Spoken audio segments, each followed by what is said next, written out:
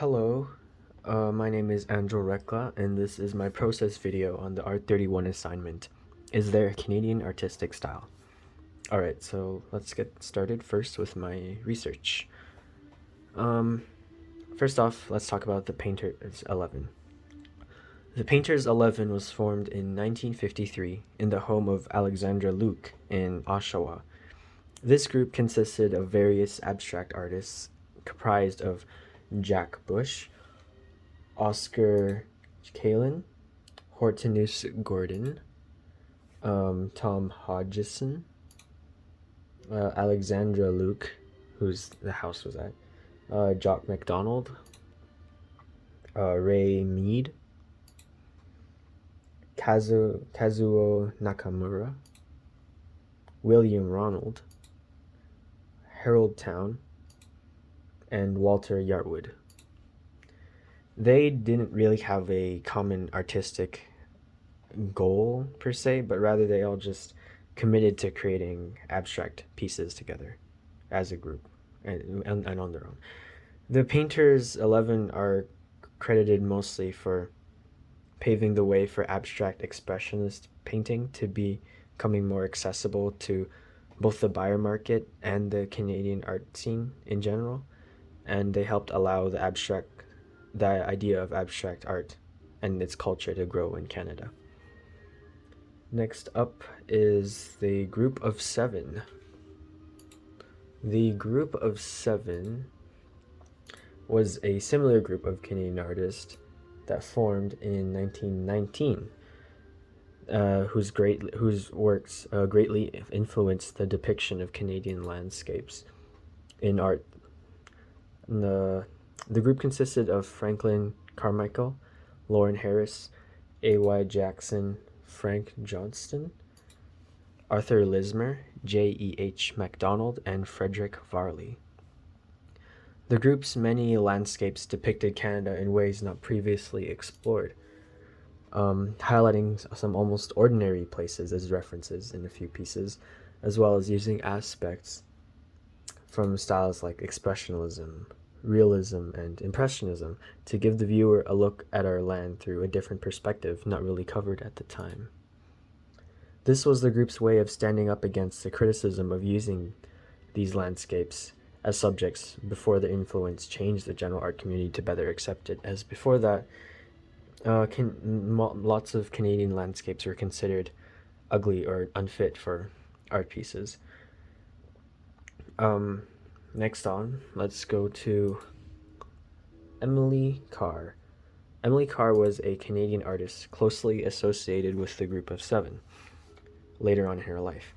She studied art abroad many times throughout her life and greatly influenced the Canadian art scene through her introduction of new art styles, like, for example, Fauvism, and her depictions of First Nations totem poles and other historical subjects to Canada in Canada, as a way to display the beauty of Canadian Indigenous culture and history to an audience who otherwise might not be exposed to it.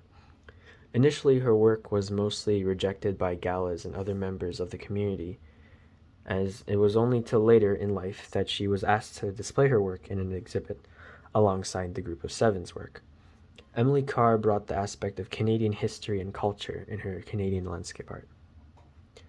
Looking into all of these Canadian artists, I set my own goal to create my own Canadian landscape painting that achieved similar things as the artists that I researched. So, first off, let's talk about technical development. This is the painting that I painted here. This was only the second landscape I had ever painted. The first one is up here on my wall. This one. This is the first painting. That's my second one. So I had to do a lot of technical research in order to get the quality I wanted to go for.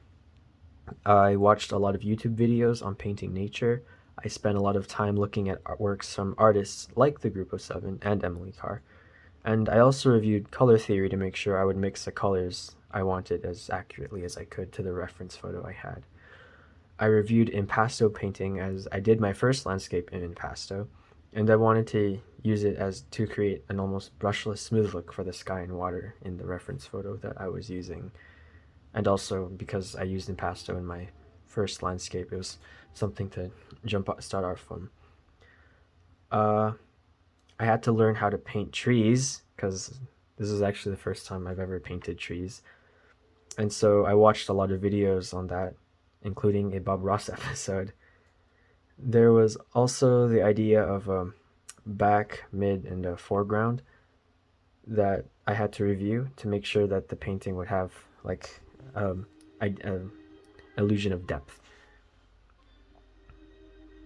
Um, Communication. What was my goal for this painting?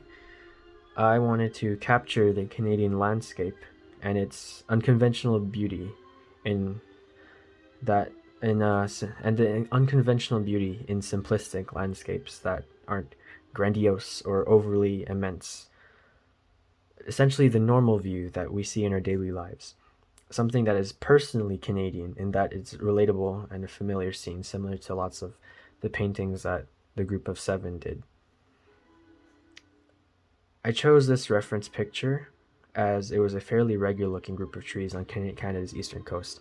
I actually lost my reference photo as I had it open a Google Chrome tab, but I deleted the tab and it's lost in my history. But it looks like this. I liked it because it was something that many people might pass up as being too boring or interesting. A generic murky coast with an empty sky and scattered grass and bushes and sand. I did it. I was looking at it from the same standpoint of the group of 7 in that they wanted to depict the normal Canadian landscape, as well alongside their better looking, aesthetically pleasing landscapes as a way to um, protest, I guess, in the common idea of normal Canadian landscapes being ugly at the time or undesirable for uh, topics, undesirable for painting or in art in general. This is a scene that many Canadians see on a daily basis. To me, it feels like a part of our normal lives, and so it feels more grounded and real. When I look at this scene and like think to myself, I see in my mind places all over Canada that I've been to and seen before. It feels familiar and kind of like home. It feels like Canada. The main 2 trees in the center of the painting are jack pines. I chose this tree as a centerpiece for many reasons. Jack pines represent Canadian nature.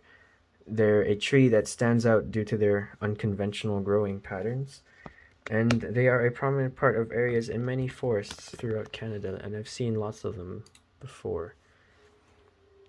One of the members of the group of 7, A.Y. Jackson, also depicted the jack pine in many of his works, and I think he did so with the same intent. I also did a long project on these trees a while ago for a science class, so I know a lot about them already and I'm pretty familiar with jack pines. Moving on to refinement, I wanted to get the really smooth looking clear sky that was in my reference photo, so I decided to use impasto, basically taking a palette knife and just spreading it so there wouldn't be any brush strokes and it would be smooth. One thing I didn't like though with the method I used was that I realized that the horizon line is a little too prominent in its edge. If you look a little closer, you can kind of notice that it kind of, you see it underneath the trees and it kind of breaks that illusion of depth a little bit.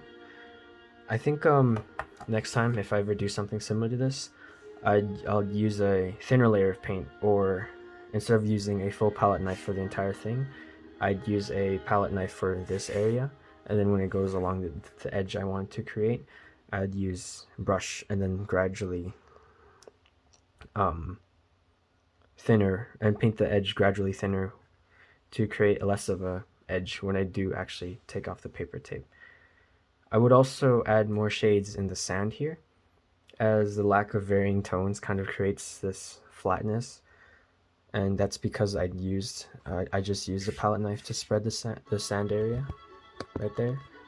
I might have used more brush in certain areas, but other than that, I'm pretty happy with how it turned out.